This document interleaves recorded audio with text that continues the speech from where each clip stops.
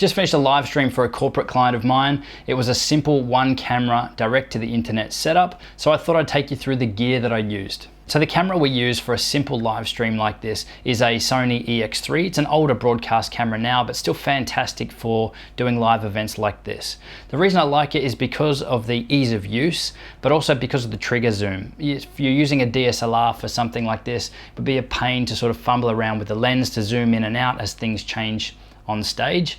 But using the trigger zoom just makes it so much easier. In order to get the audio back to the camera from the event, to capture the event's audio, we'll normally take a feed from the mixer or from the microphones that they're using at the event venue. So in this case, I just used a Sony wireless mic setup, and I took a line out of their amplifier or of their mixer that they had there in the room, and it was wireless then back to the camera.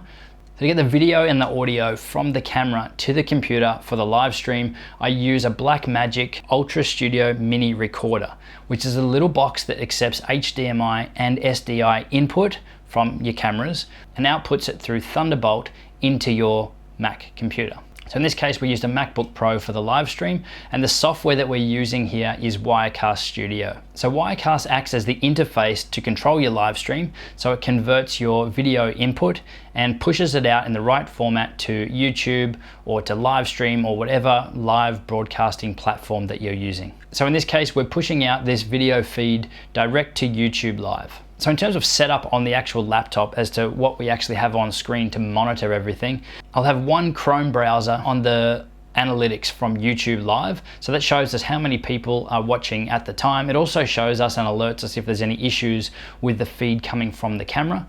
And it shows us if there's any severe dropouts or anything that we need to look at and check our internet connection. Another thing I have running on the screen here to help me monitor the event is a program called Little Snitch.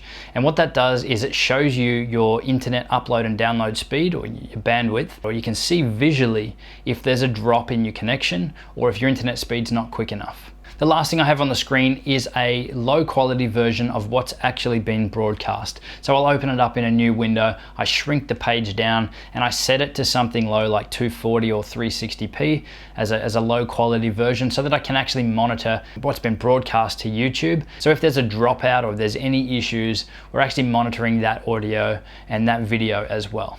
So that's it, that's our really super simple setup to get decent picture through to YouTube and how to do a very basic broadcast, a one camera broadcast direct to the internet. As soon as you want to add a second camera, the process complicates a bit because you'll either need to run a second Blackmagic box and take a feed in and switch between the two angles, or you'll need to set up a full vision mixer, which will then allow multiple cameras for a more professional setup. If you're watching this on YouTube and you found it helpful, I'd really appreciate a thumbs up on the video.